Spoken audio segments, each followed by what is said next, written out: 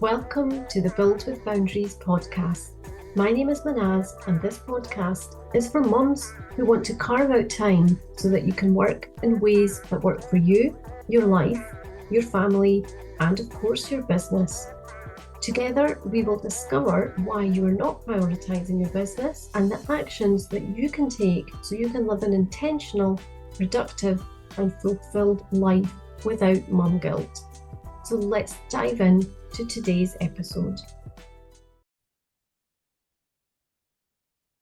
Welcome to episode 30, Juggling Motherhood and Business, tackling the 7 beliefs holding you back. So I'm excited for this topic. I think there are so many myths that we need to bust. So let's get straight into the topic. Number one myth that I see is a belief that we feel that we have. I don't have enough time. How often have you said this? Scary, isn't it? You don't have enough time to focus on your business and be there for your children. This can be a belief that leads to feeling overwhelmed and stressed, and it all negatively impacts your productivity and your success as well, because there is definitely a feeling of lack with this, and not having enough time is already starting off in the wrong place.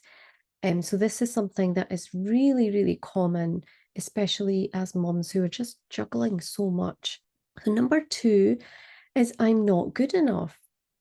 Are you actually creating the business to the best potential that you can?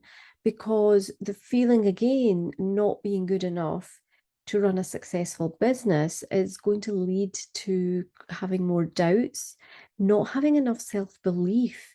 And I think that's a huge one for us. A feeling of inadequacy because, we're just never measuring up and never able to compete. And, it just screams all of these things, doesn't it?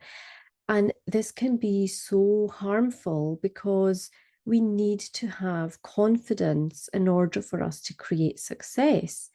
And this really damages the confidence. And that's general confidence as well as the self-belief and having no doubt about what you're doing.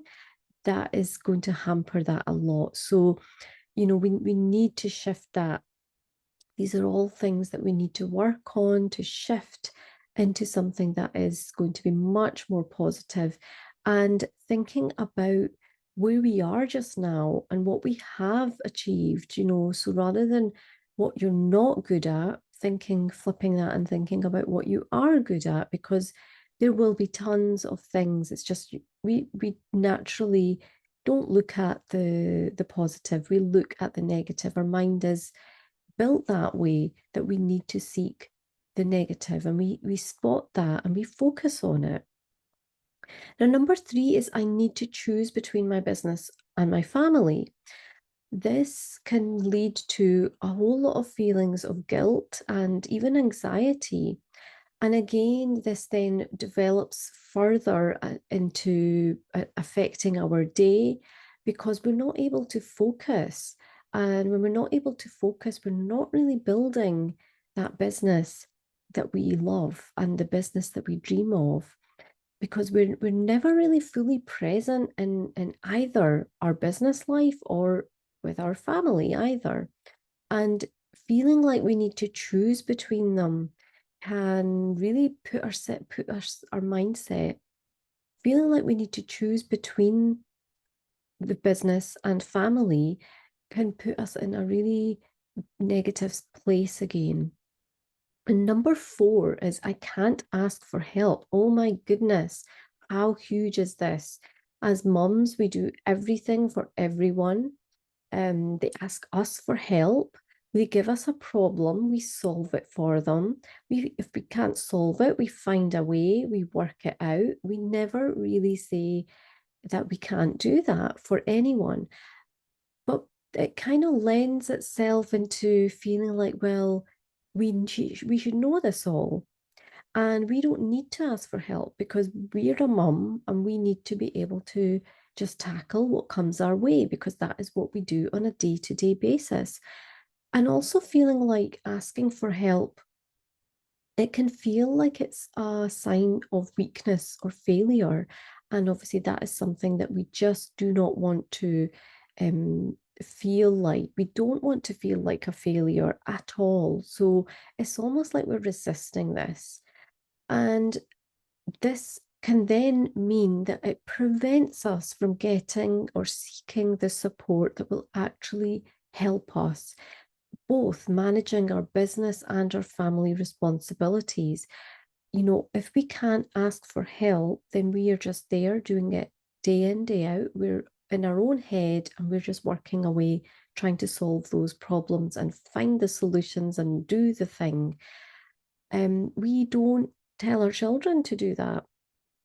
We tell our children that when they need help, they can ask us for help. And there's no silly question.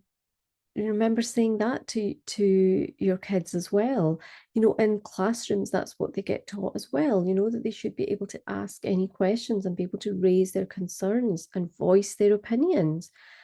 We want them to do that, but we don't do that ourselves. And this is so powerful. This is scary when we look at it, because we want our children to do one thing, but we're not able to do that ourselves. And we don't ask our children to go out there, even when they're at the age of being able to get a job. We don't ask them to just go and do the things. There are always things they need to learn.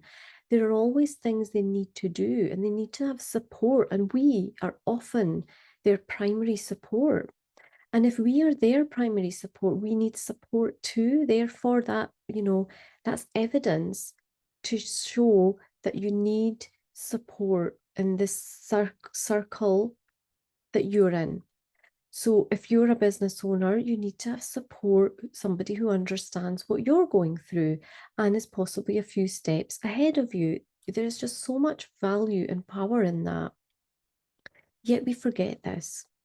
Now, number 5 is I can't be successful without sacrificing time with my family.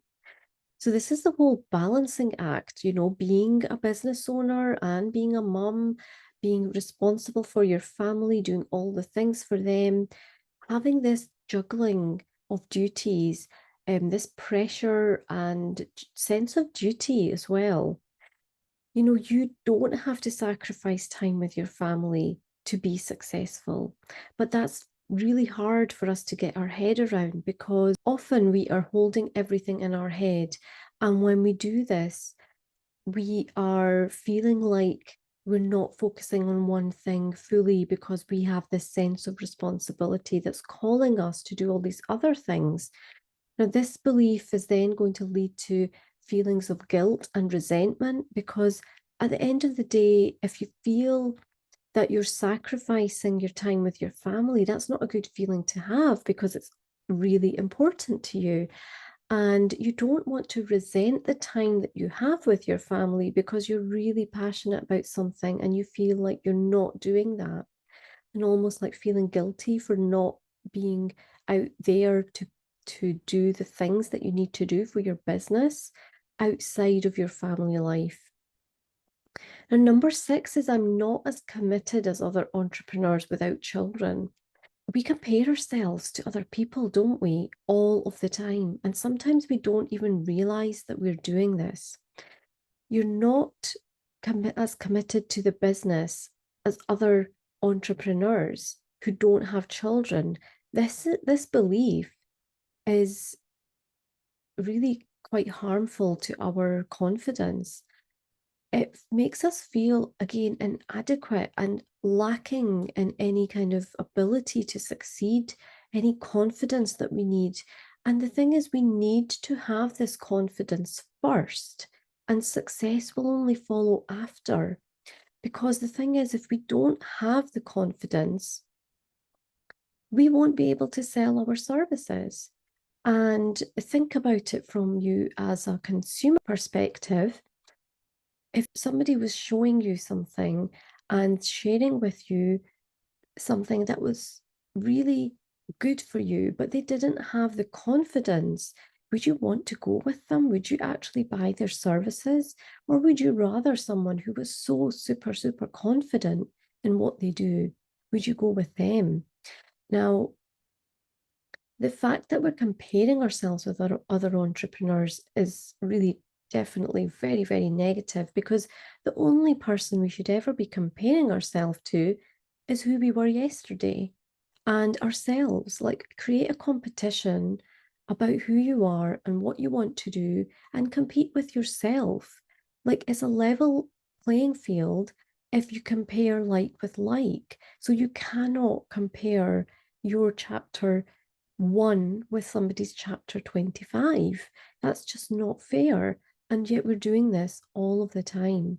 And this is really detrimental in terms of our success, because we need to overcome this idea that we need to compare ourselves. Now, last but not least is number 7. I'm not as productive as I used to be. So something's changed. You feel like you're not the same person you were, which is amazing, because you definitely are not the same person. You might feel that you're not as productive as you used to be before you had your children. However, I want you to think about it in a different way, because you may think you're not as productive enough, but yes, of course, things have changed. You have changed. You have to change. When you become a mum and you have these other duties and responsibilities, there's a whole lot of learning that goes on by being a mum, by being a caregiver. So we need to give ourselves a little bit of space and just understand that things have changed for us. So maybe what we think as being productive isn't necessarily in practice. It's not helping us. This belief is not helping us to become more productive.